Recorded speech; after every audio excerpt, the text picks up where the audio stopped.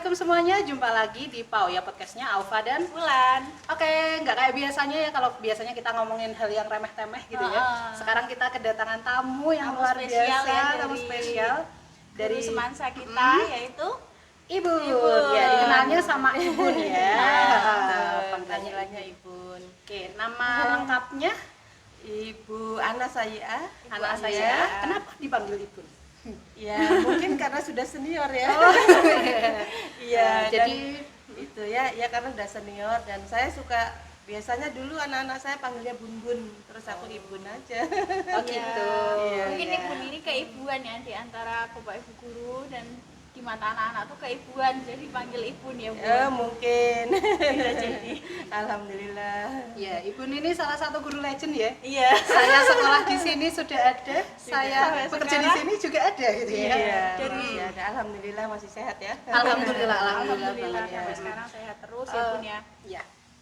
Jadi Ibun di SMA 1 ini, Satu Ungaran itu sejak kapan sih, Bun? Oh iya, saya sejak SMA 1 Ungaran ya. Iya. Itu sekitar bulan Maret tahun 1999 Oh, oke. di sini. Tapi pindahan saya. Pindah Tidak asli dari awalnya sini, dari ya. mana Bun? Berarti Awalnya itu ini cerita masa lalu dong. Nggak apa-apa. buat pengalaman. Iya, awalnya tuh gini ya, Mbak Ufa sama Mbak Wulan ya. Jadi Ibun itu dulu ikut bersama teman-teman daftar di Jogja untuk formasi CPNS di Dili Timur Timur. Wow. Iya. Jauh ya. Iya. Dulu Timur-Timur masih masuk Masih di Indonesia Iya, ya, masih Bun? di Indonesia dan itu tahun 1990. Saya belum sudah lahir. di sana. Belum lahir ya Mbak Ufa. Berarti kalian anak-anak Ibun ya. Iya. Iya. Itu saya di sana mengajar di SMA Negeri 2 Dili. Iya, di sana. Ya, tentunya karena waktu itu saya masih muda ya, semangatnya juga masih muda. Jadi happy aja waktu ke sana itu. Di Iya. SMA Negeri 2 Dili sampai akhir 1998 di sana. Oh iya. Iya. Sudah itu ya 98 kan turunnya Pak Harto itu ya. Bu? Iya, iya, Sama setelah itu. Timur lepas. Iya, ada rencana untuk lepas. Lepasnya kan Oh, masih tahun tanda-tanda. 1999 seperti itu.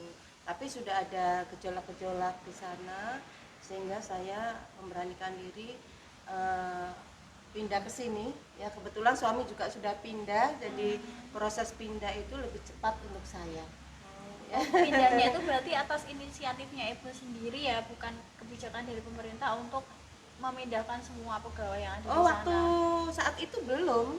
Ya, waktu saat itu belum, tetapi karena suami saya sudah pindah, kemudian istri kan bisa Ikut suami. iya mengurus alasan. kepindahan tahun 1998 itu saya kembali dari sana. Kemudian SK kepindahan saya itu Maret. Maret. Ya, 1 Maret itu sudah turun dari BAKN Jakarta untuk ditempatkan di sini. Iya. Berarti ini sekolah kedua. Apa sebelum di Dili udah ngajar dulu? Ngajar. Oh, waktu itu di swasta ya, di kota kelahiran saya di Cirebon. Oh, aslinya Cirebon. Ya, di Oh, SMA PGRI dan SEMIA PGRI. Oh gitu, Iya, berarti dari Cirebon Iya, dulu, iya. terus habis itu ke Dili, Betul. baru ke Semansa. Iya, Nah, betul. seterusnya sampai sekarang ya Bu. Alhamdulillah Ya. masih sehat ya. Nah pasti kan pengalaman Ibu mengajar kan udah lama banget ya Bun ya di sini kan ya, mulai Iya. dari tahun 99 Iya. sampai 2021 ini berarti Iya. sudah 22 tahun 22 ya. tahun di SMA Oh. 1 Ungaran. Nah pengalaman yang tidak terlupakan dari Ibu di sekolah ini tuh apa Ibu? Pengalaman yang tidak terlupakan itu karena saya guru bimbingan konseling ya. Pengalaman yang tidak terlupakan itu kalau saya diberi tugas dari sekolah itu misalnya untuk visit ke rumah Kunjungan siswa ke rumah. ya. Kemudian untuk waktu itu juga saya cari-cari siswa yang bolos gitu sampai iya naik motor kemana-kemana di tempat-tempat tertentu ya, di tempat PlayStation biasanya Oh, seperti iya, iya. itu. Dulu Ya, masih iya, main masih PlayStation iya, gitu kalau ya. dulu PlayStation. belum ada internet itu mereka masih seperti itu. Dan yang tidak pernah terlupakan tentunya ya apa ya, bergaul dengan anak-anak itu yang saya sendiri sungguh suka gitu loh, karena anak SMA itu kan saya masih merasa selalu muda di dunianya mereka. Ngobrolnya dengan Iya, di anak-anak muda dunianya tadi. mereka. Kemudian yang paling tidak terlupakan itu kalau ada siswa yang misalnya mau ke perguruan tinggi, zaman itu kan kita harus aktif ya. Iya. Itu kita harus aktif karena belum sistemnya online kan. Saya kadang-kadang mengantar siswa tersebut kalau mau ke UNES daftar di Benar-benar UNES. didampingi ya, Bun, ya. Kalau mau ke UGM ya ke UGM, kalau mau ke Undip juga ke Undip gitu. Kalau mau cari beasiswa untuk misalnya ke perguruan tinggi, misalnya kayak dari Sekda itu, kita juga menampingi anak seperti itu. Nggak tahu karena mungkin saya orangnya nggak mau diem ya, selalu bergerak ya, jadi kayaknya happy aja gitu. Senang seperti aja, itu. nggak merasa terbebani Iya, ya, Bun, ya. iya, nggak malah happy dengan mereka. Iya. Tapi keren loh ini Bun ya, maksudnya semangatnya, Dedikasinya tinggi. sangat tinggi ya. Tapi sebelum ke sana-sana, saya mau tanya dulu, Ibu milih BK, ini kan guru BK ya. Iya. Itu atas dasar kemauan sendiri atau dulu ada ceritanya kenapa mengambil Alasannya apa? bimbingan konseling? Oh iya, sebenarnya itu apa ya? Ya mungkin ada juga masa pengalaman saya dulu waktu sekolah itu kan. Dulu saya itu sekolahnya di SPG Mbak Aufa, bukan di Sekolah SMA. pendidikan Ya, sekolah guru. pendidikan guru. Dan ada guru BK-nya itu tetapi bukan dari BK yang murni gitu. Artinya kadang-kadang dari guru bahasa Indonesia jadi Oh, BK. dulu mungkin ya. belum ada Belum, jurusan khusus ya. atau- Kemudian dari guru agama biasanya seperti itu. Nah, yang saya ingat waktu itu saya lulus SPG itu tidak langsung ke perguruan tinggi gitu. Padahal di situ saya waktu itu termasuk 10 besar. Sehingga bisa dinominasikan ke IKIP negeri seperti teman-teman saya. Seharusnya ya. Ya itu, tetapi tidak ada informasi seperti itu dan kebetulan juga orang tua saya waktu itu belum mendukung karena di desa ya. Jadi udahlah SPG langsung aja bekerja gitu kan bisa ya bekerja seperti itu. Saya sempat bekerja jadi guru SD loh Mbak Ufa. Iya 2 tahun gitu. ya sebelum saya kuliah lagi. Berarti SPG itu lulus sudah bisa jadi guru, Bisa. tapi masih belum ada penjurusannya ya, Bun, bisa ngajar di mana aja. Di SD, Harus di iya SD. di Harus SD, di SD. iya harus di Harus di SD SD. waktu itu ya. Tapi keinginan hati itu ingin kuliah gitu, Sekolah seperti lagi. Sekolah lagi. Nah berdasarkan pengalaman itu, saya tuh ingin sekali memberikan informasi-informasi gitu ya untuk siswa-siswa yang agar tidak apa ya kalau orang tuanya Ketinggalan informasi. ya orang tuanya kurang begitu memahami kependidikan, apalagi zaman saya dulu kan itu kan perlu juga pendampingan ke siswa untuk apalagi di SMA ya. Kalau SMA kan bukan terminal, kalau SPG terminal bisa bekerja. Kalau Iya. SMA itu kan harus Belum siap iya, apa ya, belum Bun? siap, harus melanjutkan ke perguruan yang lebih tinggi. Itu yang pertama. Kemudian yang kedua, kayaknya guru bimbingan dan konseling menurut versi saya itu asik gitu loh, karena mengenal siswa banget gitu ya. mengenal Ya. setiap siswa Iya, gitu ya. kemudian perkuliahannya juga banyak psikologinya. Mengenal psikologi anak Iya, gitu ya. dari psikologi anak ke pendidikan di TK juga kami pelajari seperti itu. Pokoknya membuat saya tuh senang dari dulu. Jadi passionnya Ibu udah Iya, di situ betul. gitu ya. Dari dulu sejak di SPG itu saya pengennya jadi guru bimbingan dan konseling. Berarti memang Iya. passion itu memang penting ya Iya. buat anak-anak sekarang. Betul. gitu ya. Kemudian juga informasi dari teman saya, teman dekat saya yang sudah kuliah di bimbingan dan konseling. Itu juga ternyata berpengaruh gitu. Dapat racun ya. Udah kamu di sini aja, di sini aja. Dulu kan saya mau di sekolah seni rupa ya. Di sini aja di bimbingan konseling aja, nanti kerja kamu jadi guru BK. Kalau jadi guru seni itu kamu harus modalnya banyak. Padahal saya waktu itu modalnya pas-pasan ya. Iya. Ya orang tua juga kurang mendukung zaman dulu ya. Dulu. Terus ya akhirnya saya suka banget gitu ya. Alhamdulillah Seperti ya, itu. Bun. Alhamdulillah. Dari ya. awalnya pengalaman yang mungkin kurang mengenakan ya, Bun, ya, karena tidak tahu informasi. Iya. Dari sekolah belum mengarahkan. Betul. Zaman Terus, dulu ya. Iya. Kalau sekarang udah lain ya. Iya. Iya. Dulu waktu zaman kita juga mungkin informasi masih kurang juga Masih. ya. ada yang kalau mungkin di Semansa ya kan udah Beda. beda ya. Tapi kalau ada di sekolah-sekolah yang mungkin agak apa di desa atau apa Iya. mungkin Ya. masih kurang juga. harus sangat bekerja keras ya untuk memberikan informasi ke siswa. Iya, karena kan internet juga masih minim ya Iya, zaman waktu kita dulu ya. Iya, wah zamannya Ibu lagi ya. Iya, apalagi zaman Masih Ibu. pakai telegram. 90 Telegram. ada. Iya benar-benar. Kalau sekarang mah guru aja kesalip ya sama siswa ya. Siswanya udah nyampe mana kita mungkin informasinya tertinggal karena kan kalau mereka pegangannya gadget gitu ya. Sejak lahir udah kenal gadget ya. Iya. Tapi lumayan lah zamannya Mbak Wulan, Mbak Alfa ya sebagai murid-murid saya itu udah jauh lebih baik ya IT-nya ya. Sudah udah lebih berkembang kayak gitu kan. Seperti itu. Iya. Ada yang mau ditanya nggak Mbak? Nah itu ya Bun, ini kan sekarang kan kita kan masuk di masa pandemi ya Bun, yang mau tidak mau kan memaksa Bapak Ibu guru untuk bisa inovatif untuk melaksanakan pembelajaran jarak jauh dengan siswa.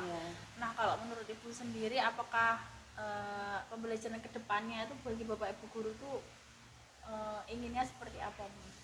Kalau menurut saya ya memang masa-masa seperti ini tuh sangat memprihatinkan kalau bagi saya, karena saya mengalami zaman-zaman dimana kita selalu tatap muka ya Mbak Pak. Tatap muka dengan pembelajaran jarak jauh itu beda, tetap beda kalau menurut versi saya ya. Karena kalau tatap muka itu siswa dan guru saling bertemu ya, saling memandang, saling berinteraksi. Kalau ada permasalahan juga cepat diselesaikan di situ ya. Nah, yang untuk saya juga itu anak juga itu membutuhkan sentuhan. Ya kan? Sentuhan itu berupa ketukan di pundak misalnya, atau reward ya ketika mengerjakan, oh bagus, atau dipahami kesulitannya apa. Betul. Kemudian juga ketika anak-anak itu membuat kesalahan, kita juga langsung menegurnya, ya toh, memberikan solusinya. Tetapi karena hal ini terjadi di seluruh dunia ya, dan kita mau tidak mau memang harus, mudah-mudahan ini juga segera berakhir. Ya itu jadi kreativitas tetap antara guru dan siswa harus tetap dibangun gitu kan. Kreativitasnya apa? Karena bagaimanapun sepertinya dari curhatan murid-murid saya itu ada yang mengalami kebosanan dan lain sebagainya ya, kejenuhan dan lain sebagainya. Jadi pembelajarannya kurang maksimal. Iya. Misalnya saja Mbak Ufa apa fisika ya? Fisika, iya. Mbak Wulan biologi dan fisika ini. Nah, sebenarnya sudah melalui Zoom meeting ya. Ya, ada Zoom, ada YouTube, semuanya kayaknya kalau kita terapkan semua itu luar biasa ya. Iya. Tetapi ketika ada tagihan berupa evaluasi ya, mereka untuk mengumpulkan tugas itu kan diantara sekian siswa itu ada beberapa siswa yang kiranya itu menunda-nunda, betul ya kan? Nah ini menunda-nunda ini salah satu kendala yang akhirnya kurang memperlancar proses pembelajaran. Misalnya harusnya sudah ganti topik, ini masih tertahan. Seperti itu nggak di SMA 1? Ada ya? Ada. Kayaknya di semua sekolah juga pasti ada ya, satu dua lah ya. Seperti itu. Nah ini tugas saya sebagai guru bimbingan konseling, saya juga kan punya grup WA tersendiri yang saya namakan BK Enjoy. Dari siswa ampuhan saya itu selalu setiap malam itu, jangan lupa ya nak, kamu berdoa, jangan lupa ya nak, kamu mengerjakan tugasnya sudah belum, atau sudah bisa. Jadi selalu memantaunya seperti itu, mengingatkan kembali gitu ya, memberi dukungan.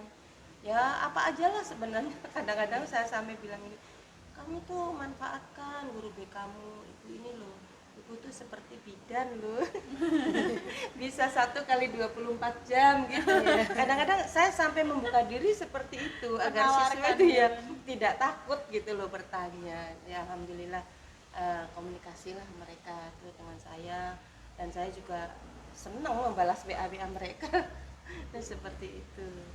Jadi ya sudah bagus lah Mbak Ula sama Mbak Aufa untuk pembelajaran kedepannya mengerahkan semua fasilitas ya, dari YouTube, Zoom meeting, materi dari manapun, materi dari manapun ya. Apalagi sekarang terbantu oleh itu ya. Iya, dari internet kan. Yang penting inisiatifnya dari siswa mau atau tidak untuk belajar ya, dan jangan lupa untuk manajemen stres ya Bu. Iya betul, karena masa seperti sekarang ini ya kendalinya ke kita. Jadi ada anak yang tanya, Bu saya selalu malas gitu. Loh kita kan punya etos itu kita gerakan, etos semangat kita itu kita gerakan.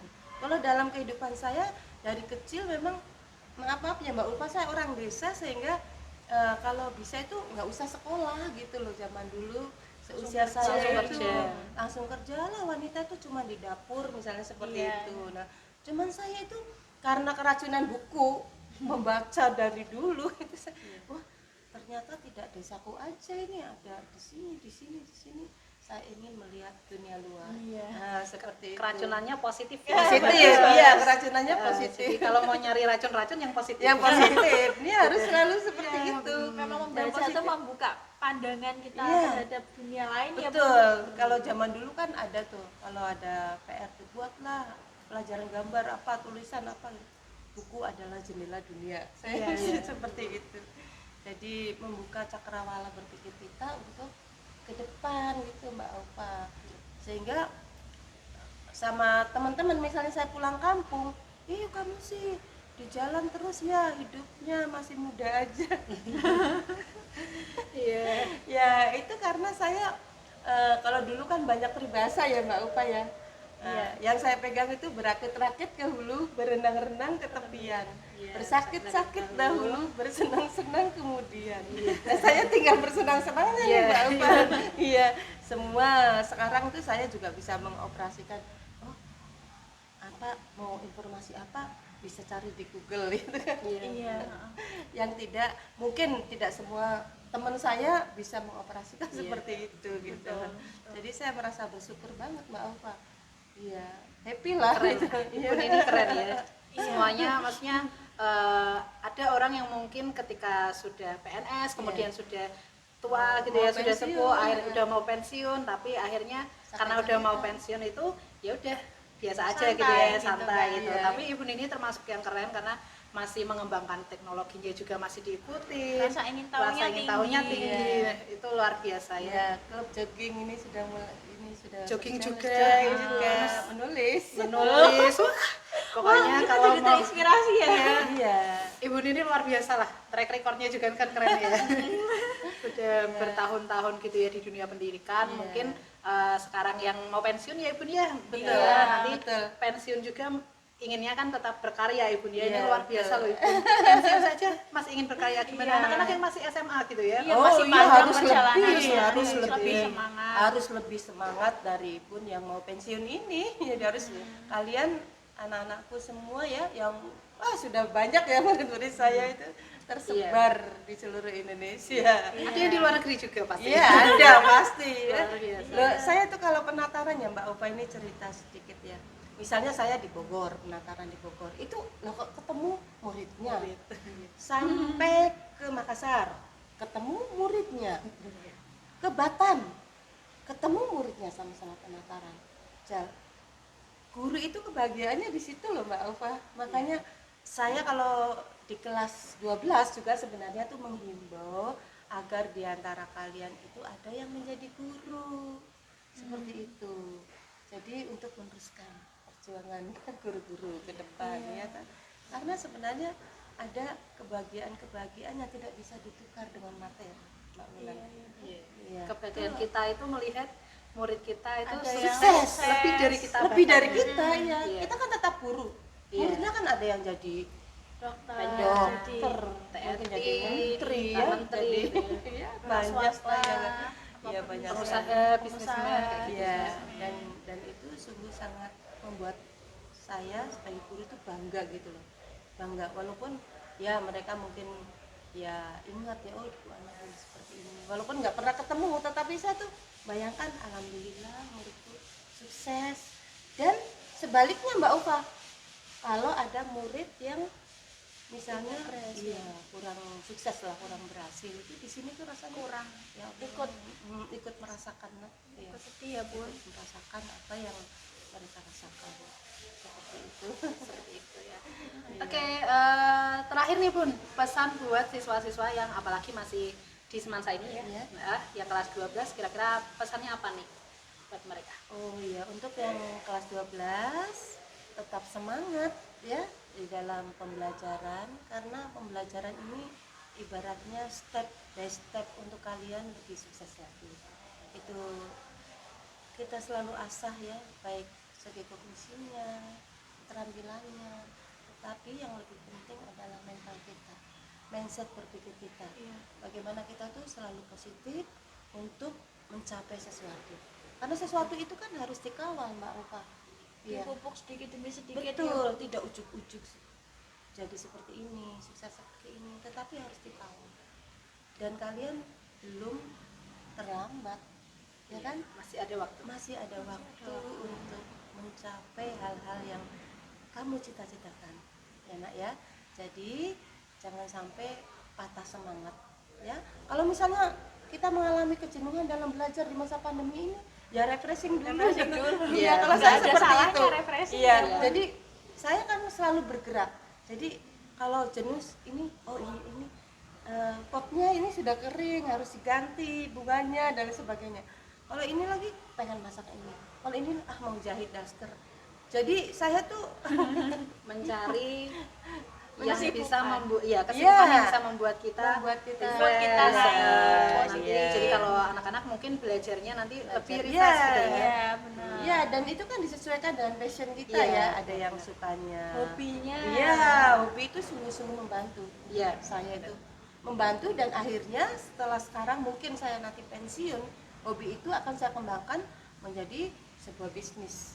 Iya dong. Ya, Tidak toh? hanya hobi, Iya. tapi yang menghasilkan. Misalnya bikin kue itu saya ya bisniskan ya. Ya sesuai dengan hobi saya gitu. Iya, Misalnya jual bunga, jual kue, daster ya, Iya. hasil bikinan sendiri. keren. Keren nggak? Ya, keren banget. Sangat menginspirasi banget Ibu pokoknya gitu Wah. ya. Ya, itu tadi ya untuk episode kali ini gitu.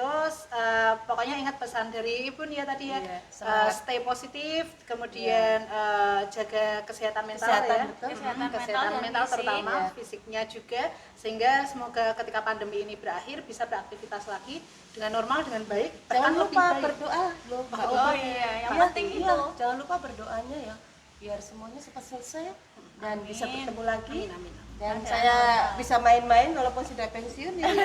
Ibu pensiun kapan Ibu? Iya, ini akhir tahun ini. Akhir tahun ini. Iya, akhir Jadi, tahun ini ya. Udah terasa begitu tua ya Ibu ya. Enggak, tapi masih hidupnya masih Iya. muda. Masih muda, Bu. Semangatnya masih Semangat muda. tetap muda. Umur itu hanya angka aja yang Angka, bertambah, iya. tapi semangat tetap muda ya, Bu. Betul, karena tua itu pasti.